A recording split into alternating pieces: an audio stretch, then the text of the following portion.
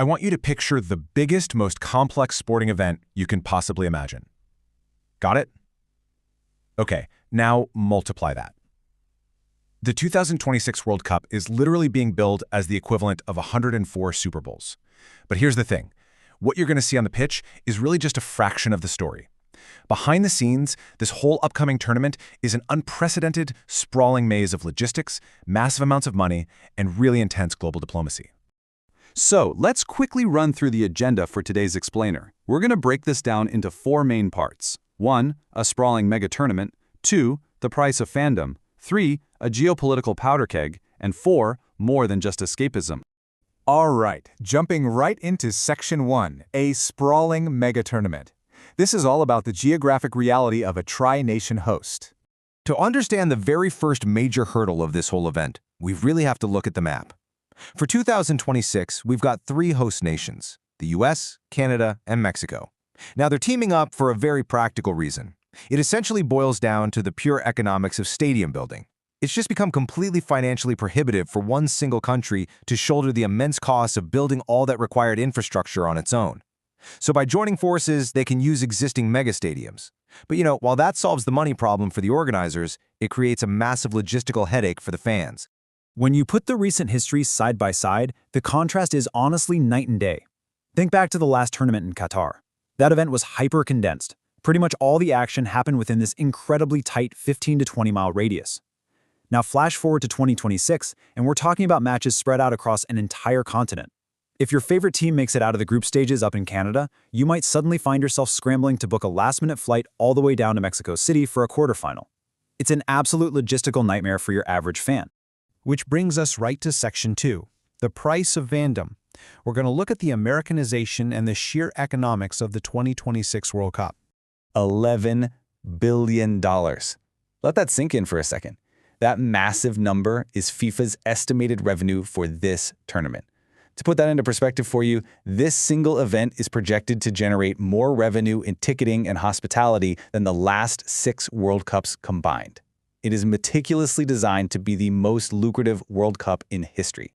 So, you're probably asking yourself right about now, why are tickets so outrageously expensive this time around? Well, it's not just your standard inflation. It really comes down to the underlying mechanics of how these tickets are actually being sold.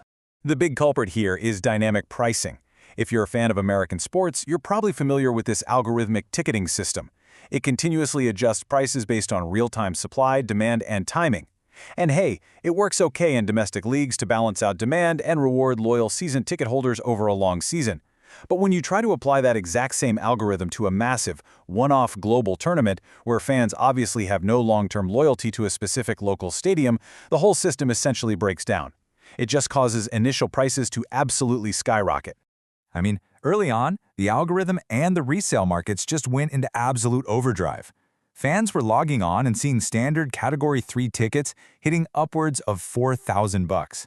And for the final match, there were select seats behind the dugout listed on resale platforms for an absurd $2 million. $2 million! It got so ridiculous that even Gianni Infantino, the head of FIFA, had to just laugh off these algorithmic extremes. He actually made a joke out of it, saying that if anyone truly paid $2 million for a single ticket, he would personally bring them a hot dog and a Coke right to their seat in the stadium. But the sticker shock doesn't stop at the stadium gates either. Fans are getting hit with wild ancillary costs. Take transit, for example. A standard New Jersey Transit train ride from New York to MetLife Stadium was initially proposed to jump from about $13 to potentially $150, though they might walk that back a bit after some serious public backlash. Meanwhile, the hotel industry is just in pure chaos. FIFA initially block-booked these massive chunks of hotel rooms, but because fan demand fell totally flat, probably because of those insane ticket prices, FIFA just canceled those bookings. So now, hotels and major host cities are panicked and being forced to slash their prices by up to 2/3. And beyond just draining your wallet, the event itself is heavily adopting American entertainment staples. You know how traditional soccer matches have that strict, no-nonsense 15-minute halftime break? Well, scratch that. They're tossing that out in favor of massive, extended halftime concerts with artists like Coldplay. On top of that, we're seeing a lot more political integration. At the recent Club World Cup in the US, high-profile political figures like Donald Trump were heavily involved, walking out with the players, joining in on the trophy presentations. It's a real fundamental shift in the actual culture of the tournament. All right, let's pivot to Section 3, a geopolitical powder keg. We're talking diplomacy, visas, and border realities, because when you invite the entire world to North America, you inevitably invite the world's border policies and conflicts right along with it. $15,000. That hefty figure is a visa bond required by U.S. immigration for visitors coming from 50 specific countries. Think of it like a massive security deposit just to ensure travelers don't overstay their visas. Now here's exactly where sports and border policy crash into each other.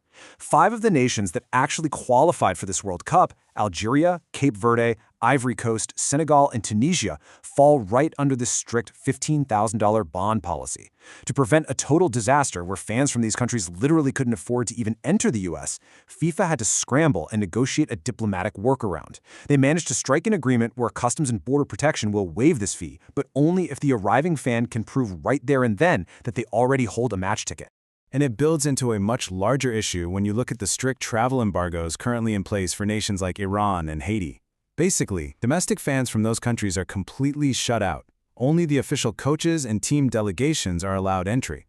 Plus, for just general global visitors, we're seeing widespread anecdotal reports of increased border checks, tighter icy scrutiny, and even social media reviews. It just adds this heavy layer of unpredictability for literally anyone traveling to the games. The geopolitical tension surrounding all this is off the charts.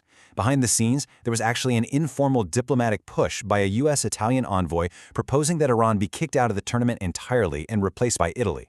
The idea didn't go anywhere. Italy firmly said no to taking a backdoor political route into the tournament, but man, it just highlights how deeply entangled global politics and this soccer tournament have become. Which brings us to what might be the most sensitive matchup of the entire event. The Iranian national team is traveling under incredibly strict diplomatic rules for their group stage matches, and one of those matches, against New Zealand, is scheduled to be played in Los Angeles.